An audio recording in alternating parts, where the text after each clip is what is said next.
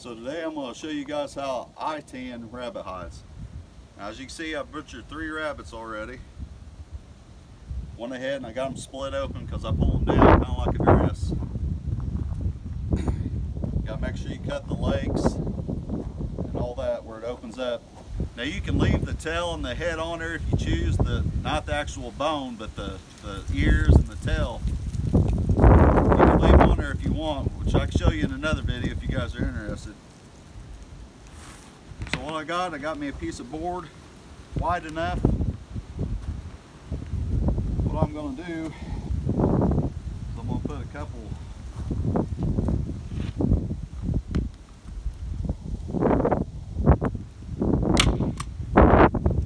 a couple staples in it.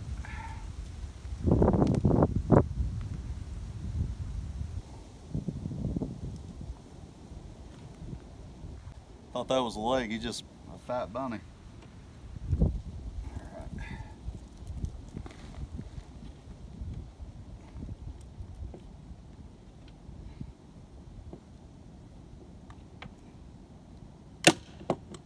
Alright, so now we got a couple where it's going to hold it. Now you can do this laying down, it might be a little easier, but as you all know, I've been in a recent injury, so I'm sitting down as much as I can. Alright, so after you get the 2, you're going to have to start stretching the hide. Now you don't want to stretch it so much where it's going to pull your original staples out, but you want to pull it enough to where it does stretch it some. And what I do is I go about, I don't know, about 6 inches for all the way around as I'm stretching, and then I'll come in after and I'll stretch it even more in between there.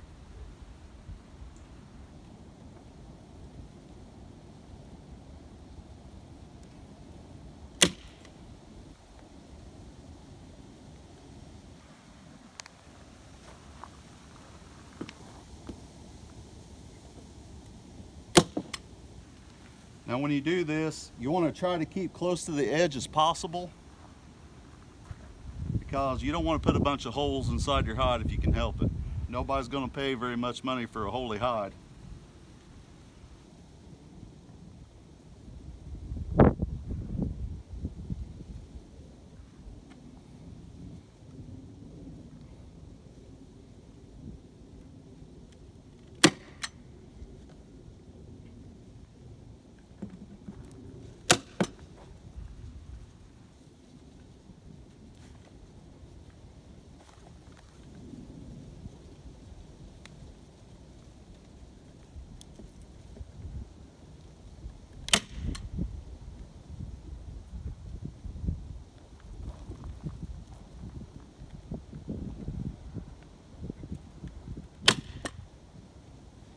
Alright, so you can see we want, like I said, about 6 inches roughly.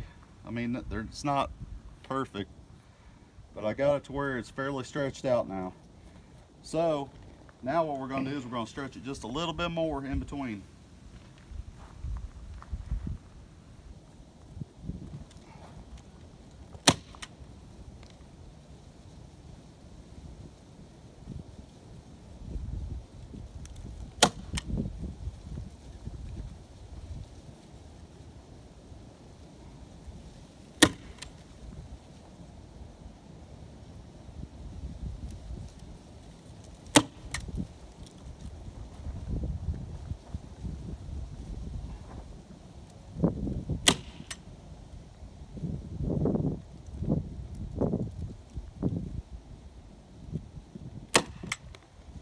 So the reason why we're stretching the hide,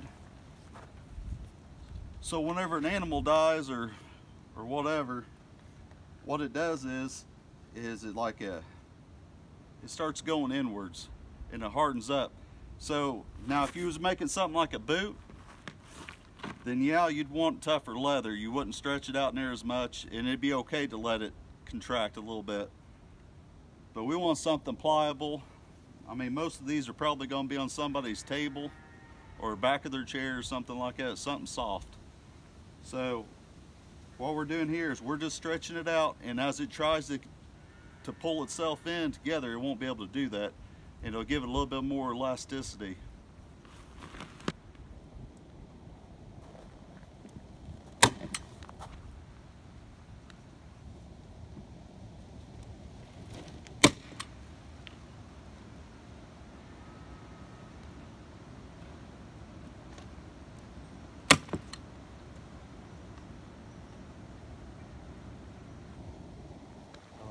that.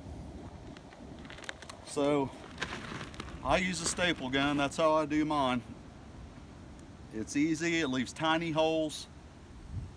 You won't even be able to notice them really. You might see a couple if you look real close. But a lot of people, what they'll do is they'll go along anyway on the edge, and they'll cut off all the way around the edge after they're done working the hide. So we got one on here. I got 2 more to do. I think I'll be able to put 1 more on this one. And then later on I'll show you what I do next. Actually, I'll just go ahead and tell you. So after we let this set for about 3 or 4 days, you don't want to set it too long because you'll have bugs get on the back of it. Even though it's winter, it's kind of warm. You'll have bugs come on the back of it and they'll start eating the back side of it, and it'll start rotting out your hair. So really 3 days is good enough to let it dry out. And then after we do that, we'll find a tree, I don't know, probably about yay big or around. We'll take that hide on the flesh side and we'll just work it. We'll turn it, work it, turn it, work it, and it'll get more and more pliable. You'll be breaking down the fibers, see, and it'll make it soft. Now this particular hide I'm doing, it won't be the pretty white hides or bleached or whatever like you see at the stores. This would be more of a, probably like a yellowish tint, but it will be just as pliable as them fancy ones at the store.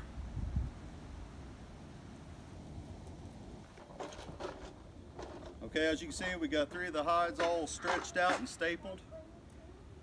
Look pretty decent. This one here, the hide kind of ripped some, as you can see. Now some rabbits' hides are tougher than others, so you might keep that in mind. I don't know if the different breeds. I know like the cottontails, your wild rabbit, you don't even need a knife. You can just rip it right off the meat. But if you're like the boys and stuff like that, it even makes a difference because the testosterone in about all animals, really, even deer, it's tougher to hide a male than it is a female. So, but what we're going to do later on, which really should do it now, is we'll get some salt. Now you can just use the salt you got in your cupboard at your house. But what the salt does, it kind of helps preserve it, keeps bugs and stuff from tearing into it too bad. I mean, really, this is winter time. There really ain't a whole lot of bugs. I don't think you have to do that, really. But it will help preserve the hide and it'll help dry it out quicker. And again, you don't want to leave these on no more than 3 or 4 days because you'll have bugs going in the back, or even the rotting process. It'll start to decompose the hair and it'll start coming off. So don't leave your hide on there no more than 3 or 4 days.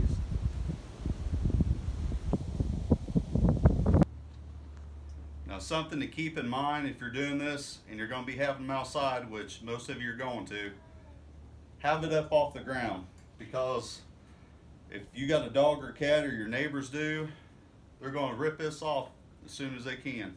So make sure you have it high enough. Now this is in the bunny barn where we're tacking this, but make sure it's up off the ground. Now if you don't have no dogs or cats in your neighbors, you're still going to have coons and other predators wanting to tear them off. So try to get them up high. Some people, they'll even just staple these or nail these right onto their barn. I used to do that too. But make sure you have it high enough. Alright, so nothing goes to waste on this farm. The meat we eat, the organs, the liver, the heart, lungs, all that, the chickens eat. The head and the feet, and any bits of hide that's left over, it'll go on the compost bin for the garden. So these animals do not die in vain at all. Oh, shoot.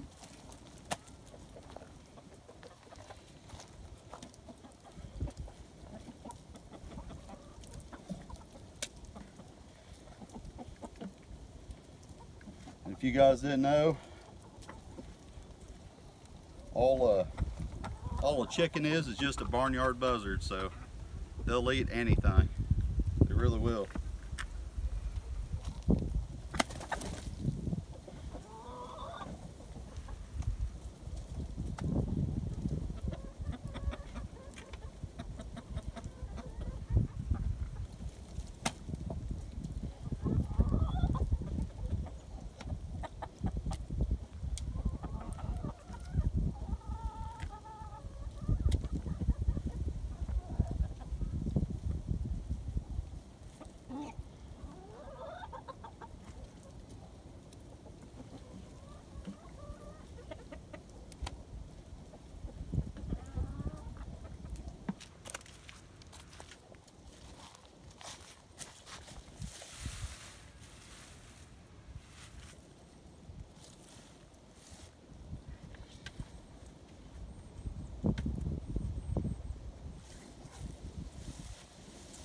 put them in there, and we'll get some of these leaves and cover them over.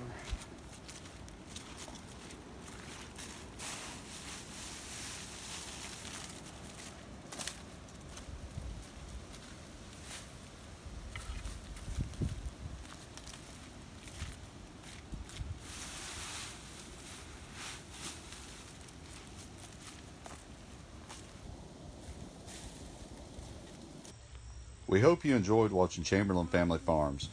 You can contact us at chamberlainff@gmail.com. You can also check us out on Facebook, Chamberlain Family Farms. We hope you enjoyed. Please like and subscribe.